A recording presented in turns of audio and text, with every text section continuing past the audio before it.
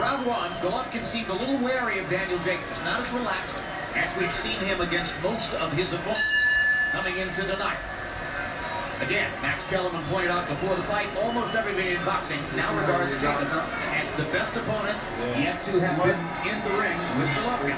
Harold gave the first round to Daniel Jacobs. Not much happened, but Jacobs landed a few. I mean, why he ain't attacking the guy's body? He ain't got no game plan. He just defensive-minded.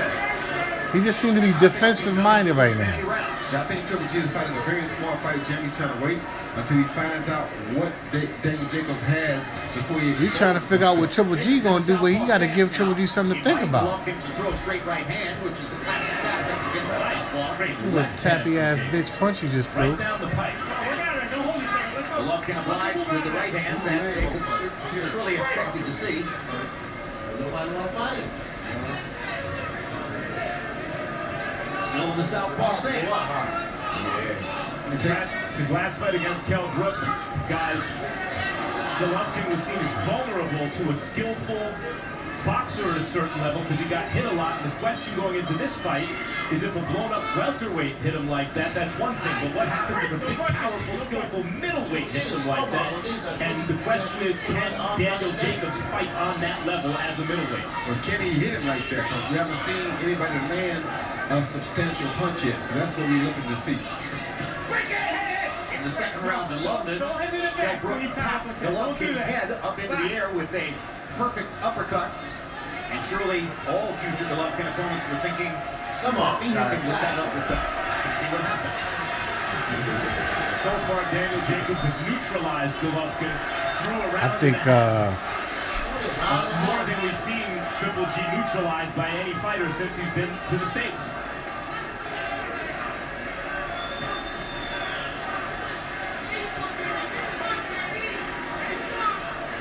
Golovkin looking again. Wary of Jacobs. Yep, usually his offense is starting to get untracked by now. There's a jab. Right hand over the top by Golovkin. Partial contact, not full. Followed by a counter left hook by Jacobs. About to counter, motherfucker. he can't wait on him. One thing boy do, boy, get connected on boy. Crowd is nervous, anxious. He need to throw, though. He got to throw some punches, man. Jacobs gets away from You the right can't hand. think like that. You got to think offensive-minded. You know what I mean? Because all the dude going to do is just unload on him. Jacobs' body with the right hand. That was good exchange right there, though. First two rounds have been, in effect, a war of nerves. Likely won by Jacobs. Daniel Jacobs seated at ringside, son, or Nathaniel, I should say. Daniel's son seated at ringside. Next to his mom. Cuz, goddamn. Turn Girlfriend around. Natalie. You gotta sit up, cuz. Turn around. You know what? You don't know this up. Run, but just walk. You're walking him well. Aim that jab at his chest and then at his solar plexus. You're missing the one up top, and he's aware of that. Okay. He's wary of the right hand, and it ain't even hit him yet. Okay. Let's keep boxing smart with winning this, fighting power with finesse. All right? Deep breath.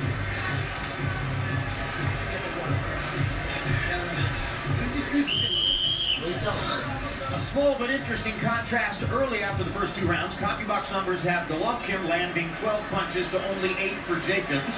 Both fighters throwing about 40 punches. Harold Letterman unofficially has given the first two rounds to Daniel Jacobs, though CompuBox sees Golovkin landing more punches. I've seen Jacobs land all the clean punches. There haven't been many. You heard in Jacobs' corner, they're happy that he's fighting power with finesse. The question is, can he neutralize Golovkin's offense over 12 rounds? And Triple G, thus far in his career, has been impossible to stink out. In other words, eventually he makes the other guy really fight. What happens when that happens? Well, what we're looking for is what happens when someone lands the first big, clean punch. That's what we really want to see.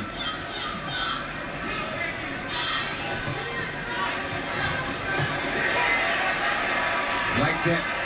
Nice shot by Daniel Jacobs. Wasn't clean, but it was close to a big punch. Lufkin knocking his head back with a jab upstairs. Partial contact with the right hand. In case you just joined us for the main event, these two fighters have a tough act to follow. The fight which preceded them into the ring was clearly the fight of the year so far, a tremendous knockdown, drag-out battle in which Roman Chocolate Tito Gonzalez, after 46 consecutive wins, lost for the first time to an unheralded Thai challenger named Srikasep Silva. Climbed off the deck in the first round, Chocolate Tito. Appeared to win on our cards, but it was a tough fight. And as you mentioned, Jim, #1 pound for pound in the world now as up for grabs as it's been in the last Throw his couple hooks years. real wide. I disagree with that. You gotta tighten them hooks. Nah, that's not what's name should go. Oh. That's the best one I've ever seen go. What's that name? Spanish kid, man. Definitely 1B, and you got to still Roberto Duran? No, until him and Cole fight again. Meantime, Triple G Tito. is Number 3. Oh. has got his hands full tonight. Trinidad. I ain't never seen a With woman the fight fighters like been that. able to neutralize him so far. And he may be 2B because you also got to put Terrence Crawford up there in that number 2. So he may be 2A. I don't know, man. He's looking kind of strong in there, that brother. Discussion about that. Better to simply call this fight. He gonna have to kill Triple G to win this stuff. That was just my opinion. Triple G's jab a little more untracked in this round. Triple G starting to relax. He hit him in his everything. That was a low blow. The kind of rhythm that we've seen in the past. The first 2 rounds were sort of faux Triple G. Well, he was very cautious against Lemieux.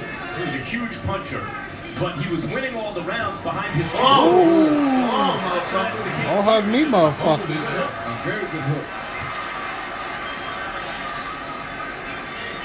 That was an awkward ass punch too. 50 jabs in the first Give him round. something, man. Give him something to think about. Hard Don't punches sit so there far. looking at him. Jacob is taller, He's just longer, gonna be hit with every punch. closer reach, better boxer, bigger. He caught him there. So let somebody about to do something. You just gotta be more aware, okay? No free shots on that. Gotta be more aware.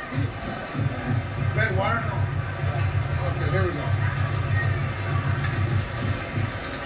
We land the uppercut. Let's get into the face going with the uppercut and let's glance up there. But bring it all the way back because it counts, right? All right. Breaking them jabs. Son. Yes, sir.